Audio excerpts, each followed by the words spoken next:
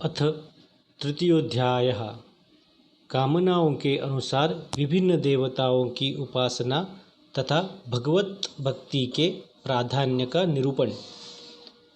श्री शुकदेव जी ने कहा, परीक्षित, तुमने मुझसे जो पूछा था कि मरते समय बुद्धिमान मनुष्य को क्या करना चाहिए, उसका उत्तर मैंने तुम्हें दे दिया।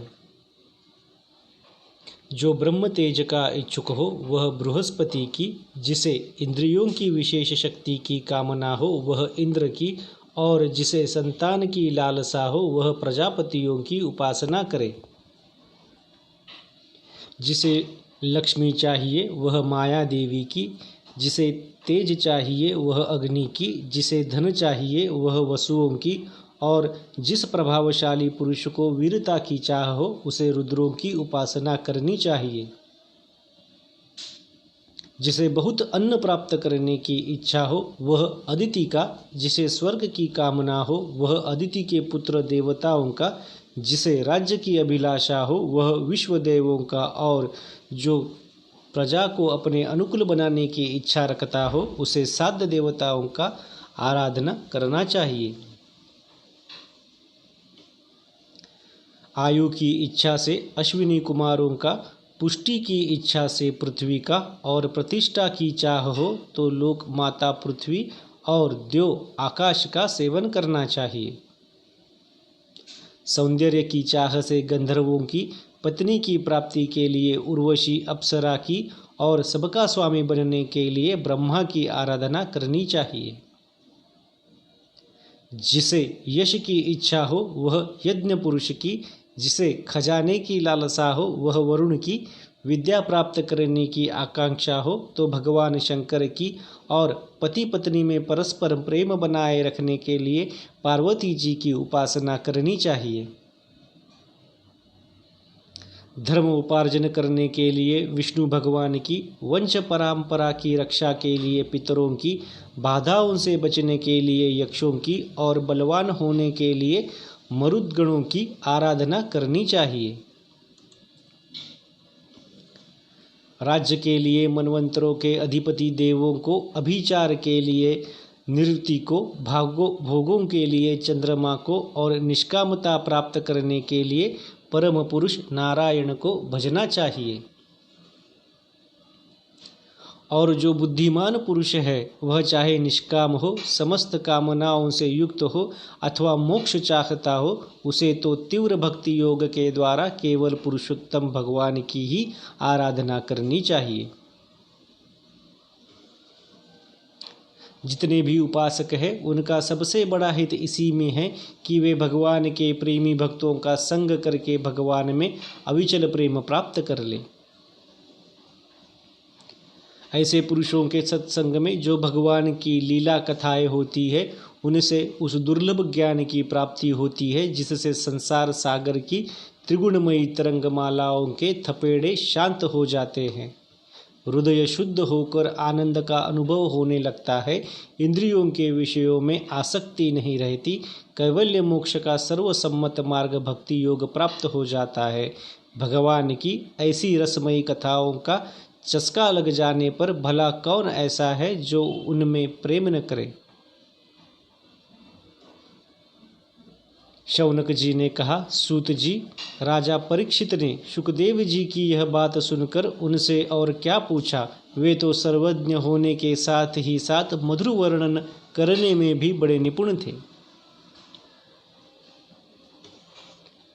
सूत जी, आप तो सब कुछ जानते हैं, हम लोग उनकी वह बातचीत बड़े प्रेम से सुनना चाहते हैं। आप कृपा करके अवश्य सुनाइए, क्योंकि संतों की सभा में ऐसी ही बातें होती है जिनका पर्यवसान भगवान की रसमयी लीला कथा में ही होता है। पांडुनंदन महारथी राजा परीक्षित बड़े भगवत भक्त थे। बाल्यावस्था में खिलौनों से खेलते समय भी वे श्री कृष्ण लीला का ही रस लेते थे। भगवन्मय श्री शुकदेव जी भी जन्म से ही भगवत पारायण है। ऐसे संतों के सत्संग में भगवान के मंगलमय गुणों की दिव्य चर्चा अवश्य ही हुई होगी। जिसका समय भगवान श्री कृष्ण के गुणों के गान अथवा श्रवण में व्यतीत हो रहा है, उसे अतिरिक्त सभी मनुष्यों की आयु व्यर्थ जा रही है। ये भगवान सूर्य प्रतिदिन अपने उदय और अस्त से उनकी आयु छीनते जा रहे हैं। क्या वृक्ष नहीं जीते? क्या लुहार की धौंकनी सांस नहीं लेती? गांव के अन्य पालतू पशु क्या मनुष्य पशु की ही तरह खाते पीते या मैथुन नहीं करते? जिसके कान में भगवान श्री कृष्ण की लीला कथा कभी नहीं पड़ी, वह नर पशु कुत्ते, ग्राम सुकर, ऊंट और गधे से भी गया बीता है। सूत जी, जो मनुष्य भगवान श्री कृष्ण की कथा कभी नहीं सुनता, उसके कान बिल के समान हैं। जो जीभ भगवान की लीलाओं का गायन नहीं करती, वह मेंढक की जीभ के समान टर टर करने वाली है। उसका तो न रहना ही अच्छा है। जो सिर कभी भगवान श्री कृष्ण के चरणों में झुकता नहीं, वह रेशमी वस्त्र से सुसज्जित और मुकुट से युक्त होने पर भी बोझा मात्र ही है। जो हाथ भगवान की सेवा पूजा नहीं करते, वे सोने के कंगन से भूषित होने पर भी मुर्दों के हाथ है। जो आंखें भगवान की याद दिलाने वाली मूर्ति, तीर्थ, नदी आदि का दर्शन नहीं करती, वे मोरों की पांख में बने हुए आँखों के चिन्ह समान निरर्थक है। मनुष्यों के वे पैर चलने की शक्ति रखने पर भी न चलने वाले पेड़ों जैसे ही है, जो भगवान की लीला स्थलियों की यात्रा नहीं करते। जिस मनुष्य ने भगवत प्रेमी संतों के चरणों की धूल कभी सिर पर नहीं चढ़ाई, वह जीता हुआ भी मुर्दा है। जिस मनुष्य ने भगवान के चरणों पर चढ़ी हुई तुलसी की सुगंध लेकर उसकी सराहना नहीं की, वह श्वास लेता हुआ भी श्वास रहित शव है। सूत जी, वह हृदय नहीं लोहा है, जो भगवान के मंगलमय नामों का श्रवण कीर्तन करने पर भी पिघल कर उन्हीं की ओर बह नहीं जाता। जिस समय हृदय पिघल जाता है, उस समय नेत्रों में आंसू छलकने लगते हैं और शरीर का रोम रोम खिल उठता है।